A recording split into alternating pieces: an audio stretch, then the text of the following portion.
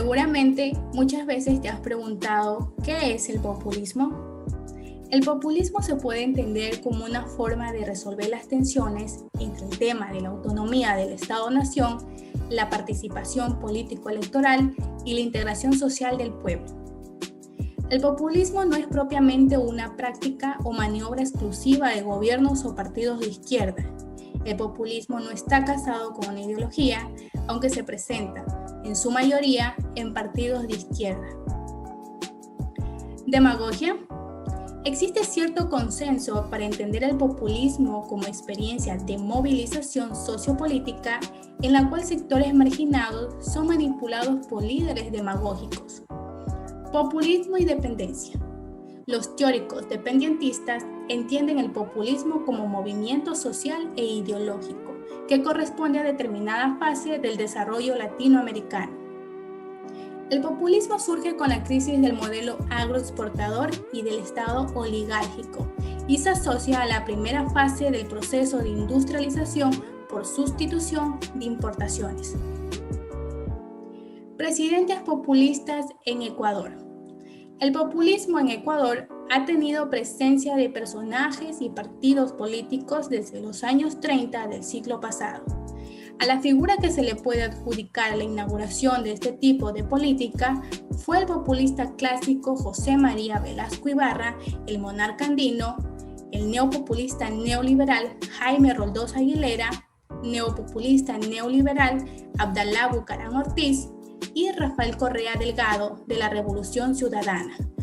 Pero para que lo entiendas mejor, te explicaremos una breve reseña de cada uno de estos líderes populistas. ¿Queréis revolución? Hacedla primero dentro de vuestras almas.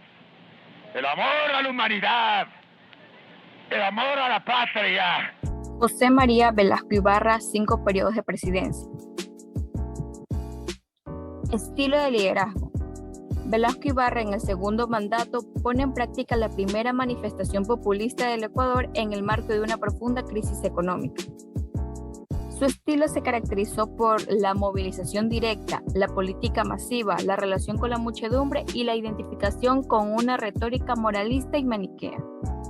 Velasco Ibarra definió al velasquismo de manera ecléctica, centrada en el movimiento y como una doctrina liberal, cristiana y socialista. Entre sus obras más importantes están La restauración de las libertades del sufragio, donde expandió el electorado del 3,1% en 1933 al 16,83% en 1968. Está la abolición de la discriminación administrativa por ideas políticas o religiosas, las libertades de culto y de educación, y el fortalecimiento del sentimiento nacional. Base social de apoyo. La base social de apoyo fue heterogénea, diversa y multiclasista. En la década de los 40, la base social fue más de corte urbano y en la década de los 50 su base ya era propia y cuenta con un apoyo urbano y costeño más el movimiento falangista, el movimiento social cristiano y la derecha. Salida de la presidencia. En el último gobierno, antes de ser derrocado por las Fuerzas Armadas, se declaró dictador tras un autogolpe realizado el 22 de junio de 1970. Hemos tenido fallas, hemos tenido errores, pero lo que nadie nos puede negar es la sinceridad. Jaime Roldós Aguilera, político y abogado, presidente de la República del Ecuador. Fue presidente constitucional desde el 10 de agosto de 1979 hasta el 24 de mayo de 1981 a sus 38 años de edad. Lo hizo después de formar parte de un proceso de retorno al sistema democrático tras cerca de una década de dictaduras civiles y militares que en esa época tenían pleno apogeo en Latinoamérica, con el auspicio de Estados Unidos para desterrar la amenaza del pensamiento de izquierda. Fue un líder carismático, apoyado por el Partido Concentración de Fuerzas Populares y la Democracia Cristiana. Llegó al poder después de aplastar en una segunda vuelta electoral al candidato de derecha Sixto Durán Ballén. Propuso ante el Pacto Andino una doctrina de respeto a los derechos humanos que se plasmó luego en la Carta de Conducta firmada en la ciudad de Riobamba el 11 de septiembre de 1980. Reafirmaba los principios de solidaridad, respeto, de no intervención, de desarrollo integral con enfoque en la justicia social, promoción de la paz y la unidad regional, el derecho soberano de los estados a la libre disposición de sus recursos naturales, entre otros. Sus principales acciones de gobierno fue que impulsó la reducción de las jornadas de trabajo en la semana. Se duplicó el salario mínimo vital de los trabajadores a 4.000 sucres mensuales, la expedición de la jubilación de la mujer a los 25 años de trabajo sin límite de edad. Puso en acción el plan de desarrollo, se preocupaba en la educación en todos los niveles, desarrolló el plan de alfabetización, desarrollo escolar para combatir la desnutrición. Impulsó las obras hidroeléctricas. Que cuando yo sea presidente, la derecha ecuatoriana será la esperma derretida en la gran llama de la pasión democrática de los pobres de mi patria.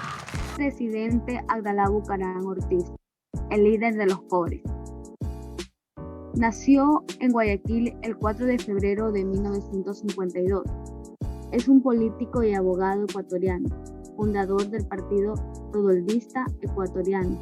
Fue presidente del Ecuador durante el periodo comprendido entre el 10 de 1996 y el 6 de febrero de 1997, el cual finalizó con su destitución por parte del Congreso del Ecuador.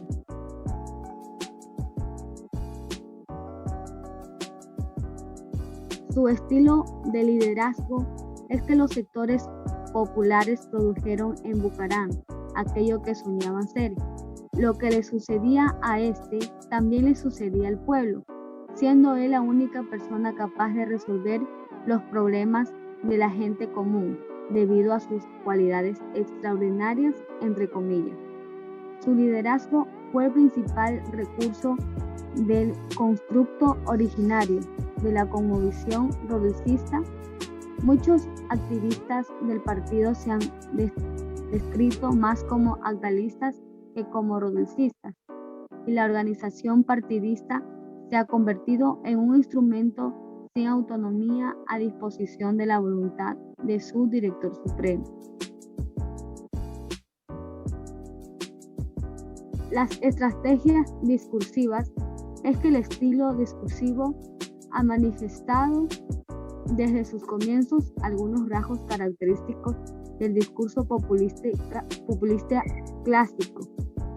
En sus intervenciones son constantes las apelaciones a la dicotomía pueblo-oligarquía, la construcción de la política como una relación de amigo a enemigo, la personalización del mensaje, la lucha contra el orden establecido, la inclusión de propuestas de corte clientelar y la exaltación del líder como un ser superior.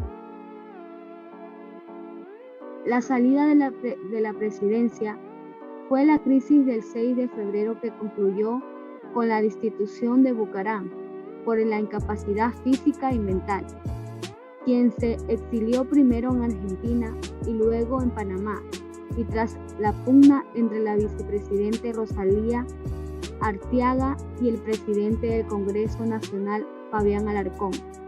Este finalmente fue elegido presidente interino el 12 de febrero por los 2/3 del Congreso, recibiendo el mandato de abrir un periodo constituyente, eliminar las principales medidas de política económica y poner en marcha una comisión anticorrupción.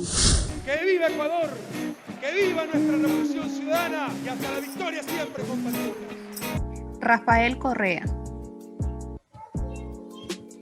En su campaña política del 2006, siempre trató de apegarse a los pobres, lo que le hizo ser populista. Disparó su popularidad en un país decepcionado de la política tradicional y del neoliberalismo. Primer periodo, 2007-2009. Ya en el poder, dijo estar del lado de los pobres y odiar a la clase social alta. La llegada al poder significó una serie de cambios estructurales, entre los que sobresale la nueva Constitución. Algunos medios de comunicación calificaron a esta Constitución como socialista o inscrita en el socialismo del siglo XXI. Por todo esto, antes mencionado, el pueblo le dio la confianza hasta llevarlo a una reelección. Segundo periodo 2009-2013. La producción e industria se convirtieron en un sector estratégico del gobierno, realizando así la campaña Primero Ecuador. Promulgó planes de inversión social como son sociovivienda, centros de desarrollo infantil del buen vivir en todo el país, etc. También inició la construcción de escuelas del milenio. Implementó desde 2009 el Bachillerato General Unificado. Tercer periodo 2013-2017.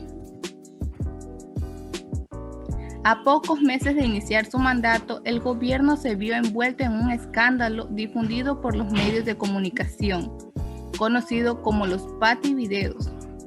En el 2016, el gobierno sufrió un escándalo de corrupción al revelarse mundialmente los Panama Papers. Y finalmente, se ganó el rechazo de muchos y la desconfianza del pueblo al enterarse de los actos corruptos.